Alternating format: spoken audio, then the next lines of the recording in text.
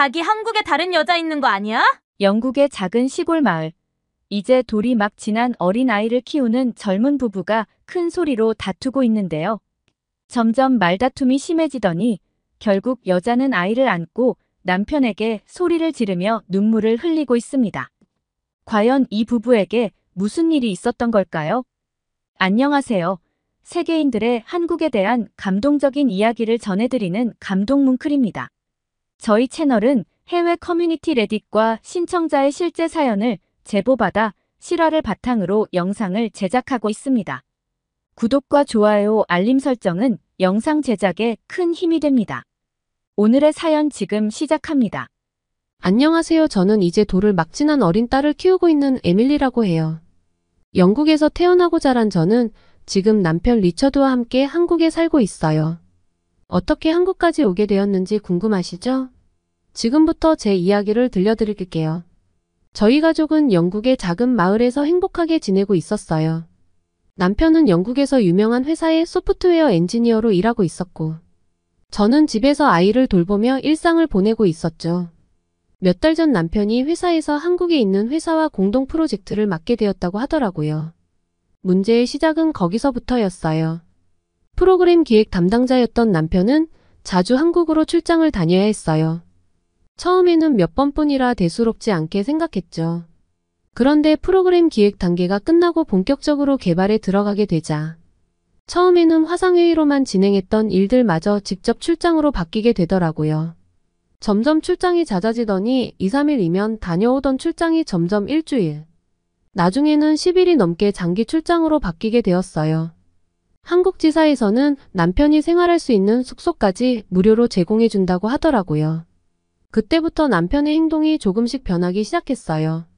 한국과의 협업 프로젝트를 맡기 전까지만 해도 비만이었던 남편은 한국 출장 다니면서 점점 살이 빠지더니 나중에는 몸에 근육도 붙고 체형이 완전 바뀌어서 오더라고요. 그리고 제가 잔소리해야 간단히 화장품을 바르는 정도였는데 부쩍 외모에 관심도 가지고 한국에서 가져왔다며 이제 씻고 나서 제가 잔소리를 하지 않아도 화장품도 꼬박꼬박 챙겨 바르더라고요. 피부도 좋아지는 것 같고 옷 입는 스타일까지 바뀌었죠. 바뀐 건 그것뿐만이 아니었어요. 예전에는 제가 해주던 영국 음식을 좋아하던 남편이 이제는 집에서 식사를 할 때마다 한국 음식이 먹고 싶다고 하며 밥투정까지 하더라고요. 그래서 주말에는 거의 한식을 파는 음식점에 외식을 하러 가는 게 일상이 되어버렸어요. 남편은 특히 김치찌개와 불고기를 즐겨 먹었는데 처음에 한식에 대해 아예 몰랐던 저는 그런 남편이 이상했지만 같이 다니며 이것저것 맛보다 보니 음식은 제 입에도 맛있긴 하더라고요. 가장 달라진 점은 남편이 약간 신경질적인 사람이 됐다는 거예요. 영국의 느린 생활에 짜증을 내는 모습도 자주 보였어요. 행정 업무를 보거나 버스를 타고 다닐 때도 늘 불만투성이었죠. 남편의 변화가 점점 눈에 띄자 저는 불안하고 의심스러워졌어요. 자꾸 짜증을 내는 게 나에게 불만이 있어서 그런 게 아닐까? 한국만 다녀오면 외모도 달라지고 뭔가 다른 사람이 돼서 오는 것 같은데 혹시 남편이 한국에서 나 몰래 다른 여자를 만나는 건 아닐까? 그래서 나와 있는 게 싫은 걸까 하는 생각까지 들었답니다. 거기에 불을 붙인 건 남편이 생전 안 하던 선물을 하면서부터였어요. 저에게 여자 피부에 좋다면서 화장품과 마스크팩 같은 것을 몽땅 사다 주면서 이게 한국에서 그렇게 인기 있는 것이라고 하면서 쓰라고 하는 거예요. 남편이 선물을 받을 때는 좋았는데 나중에 생각해보니 왜 안 하던 행동을 하지? 하는 생각이 들었어요. 아기 낳기 전까지만 해도 잘 꾸몄던 제가 아이를 낳은 후로는 외모에도 패션에도 관심이 없고 늘상 집에서 후줄근한 모습을 보였던 것은 사실이라 저에게 직접적으로 말하지는 못하니 그렇게 선물을 사다 준 건 아닐까? 아니면 한국에서 예쁜 여자들을 많이 보니 나와 비교가 되는 걸까? 별의별 생각을 다 했어요. 그렇게 몇 달이 지나고 남편이 맡은 프로젝트는 성공리에 끝났다고 하더라고요. 거래처에서도 아주 만족하며 재계약을 하자고 할 정도였으니까요. 그렇게 한국으로 출장 가는 일도 끝나게 되었죠. 프로젝트가 마무리되고 열흘 정도가 지나자 남편은 달라지기 시작했어요. 마치 우울증에 빠진 사람처럼 생기를 잃고 예민해지더라고요. 아이를 키우는 것도 힘든데 그런 남편을 보니 더 이상 위로해줄 마음의 여유가 없었죠. 그러던 어느 날 그 일이 터졌어요.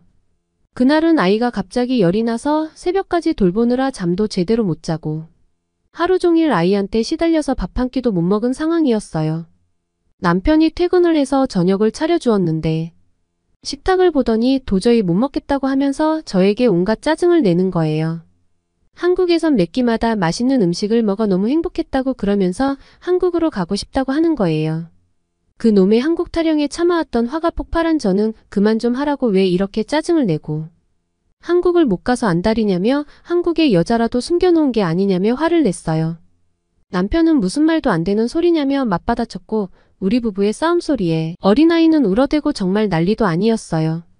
그렇게 대판 싸우고 남편은 씩씩대며 밖을 나가더니 새벽이 다 돼서야 들어오더라고요. 변해도 너무 변한 이런 남편과는 도저히 같이 살 엄두가 안 났어요.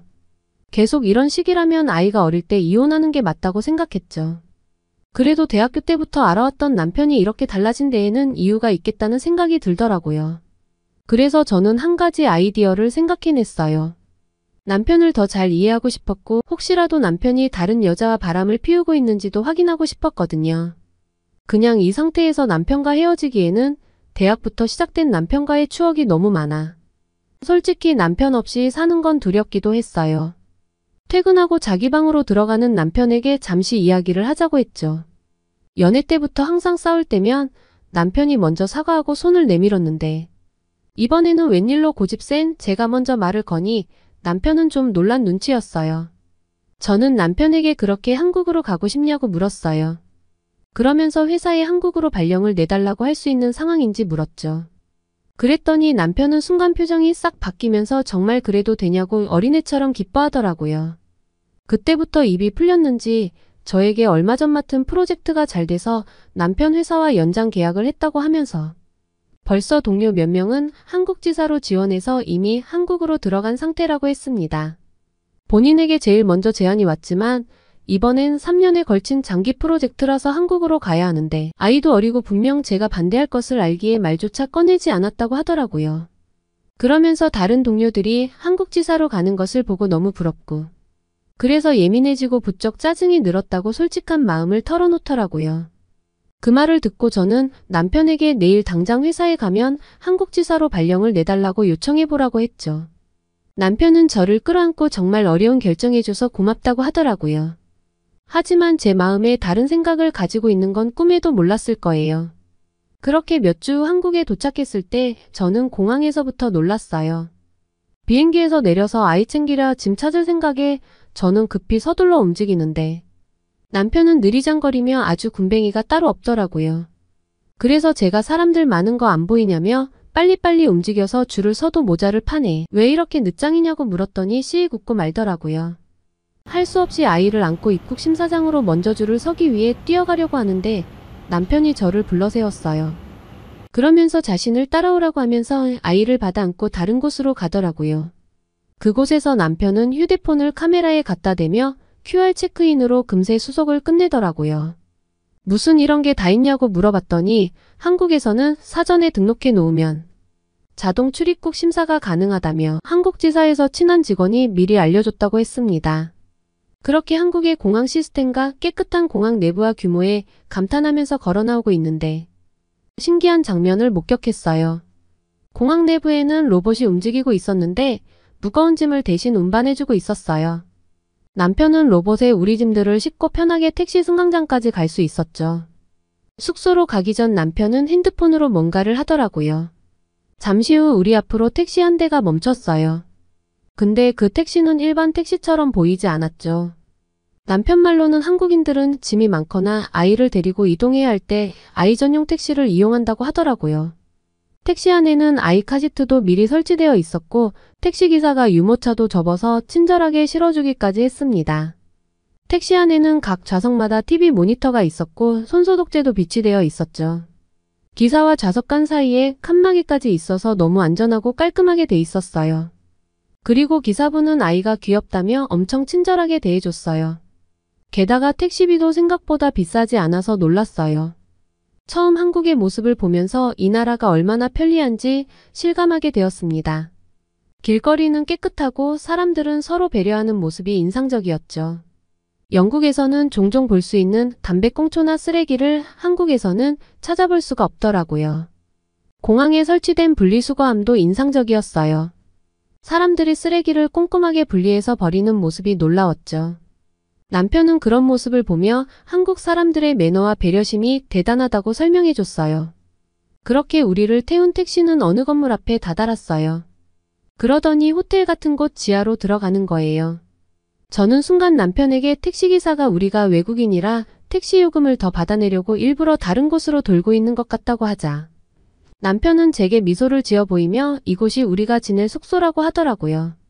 회사에서 제공해주는 숙소라는데 영국과는 완전히 달랐어요.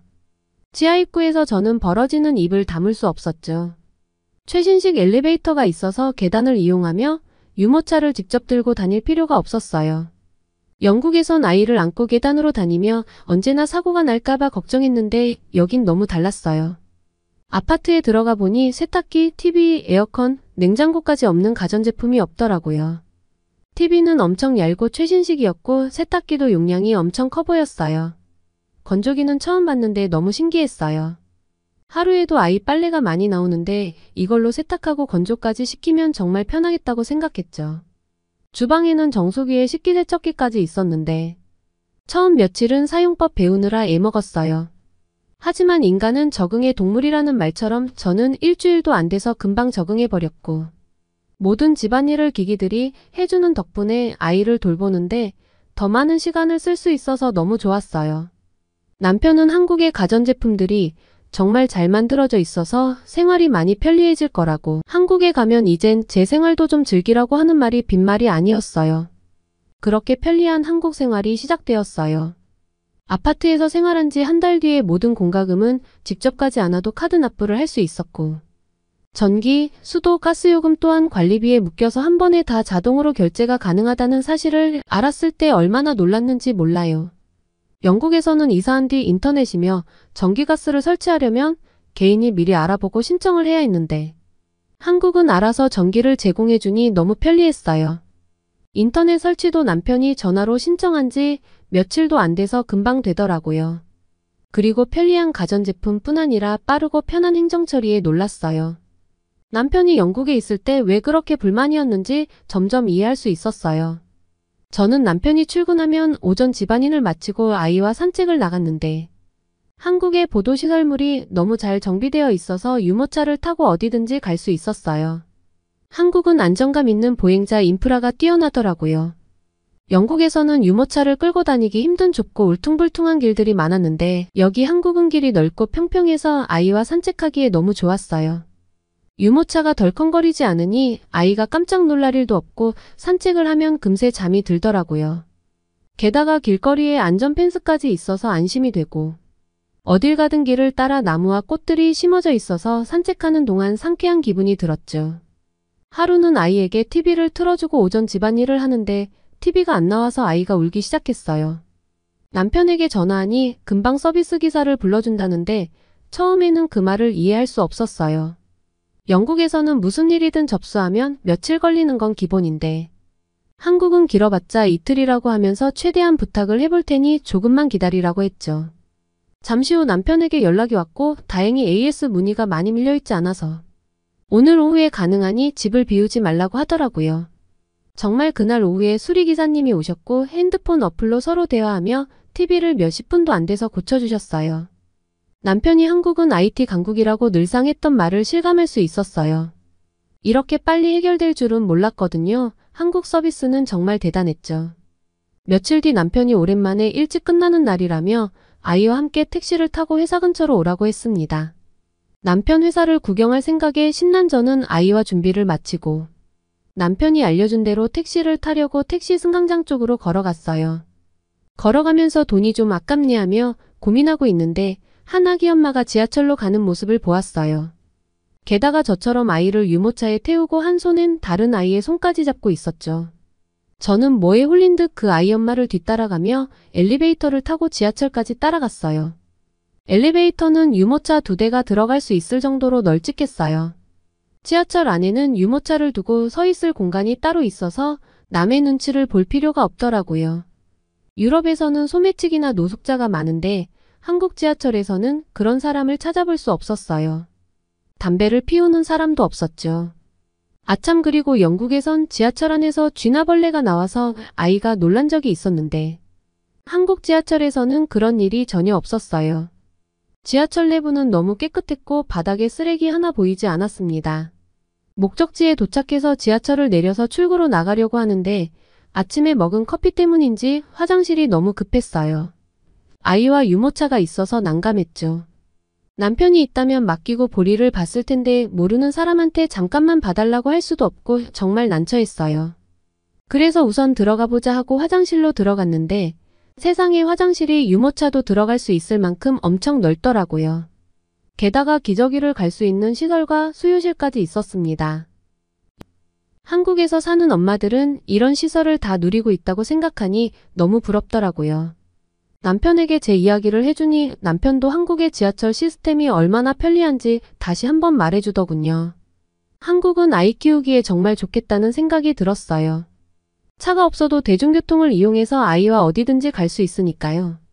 그리고 그곳에서 만난 한국 사람들은 친절하고 배려심이 깊었어요.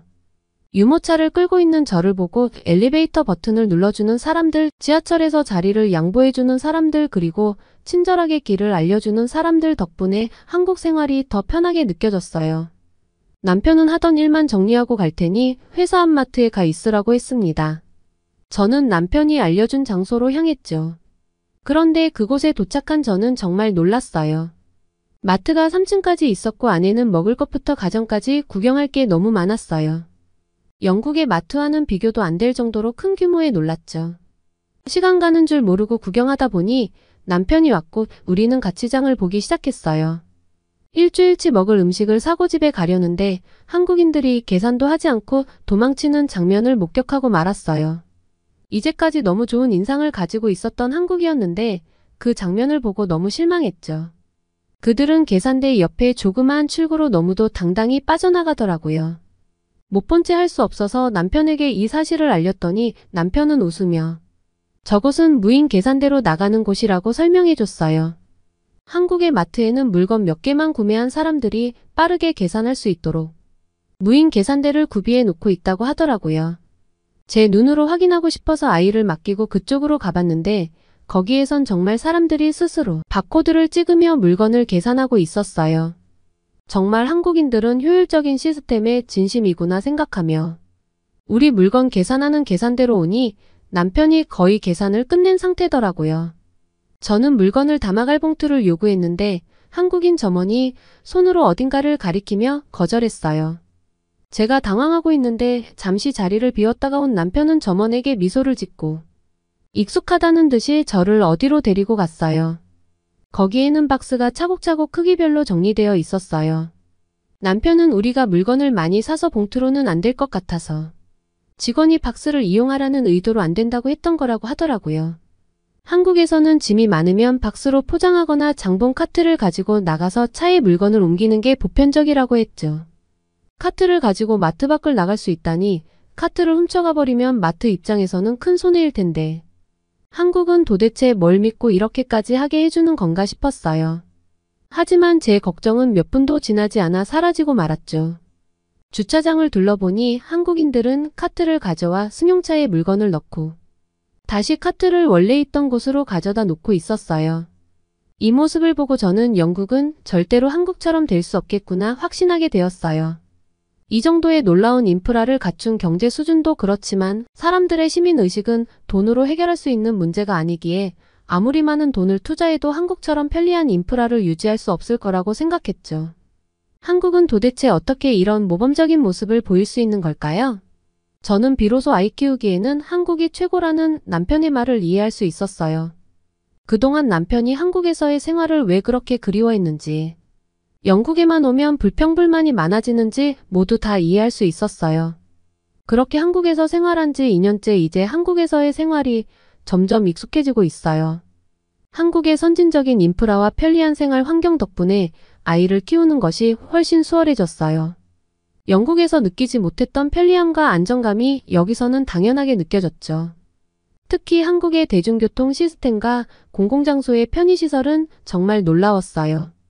남편도 한국에서의 생활을 즐기며 다시 활발해졌어요. 회사 일도 순조롭고 가족과 함께 보내는 시간도 늘어났죠.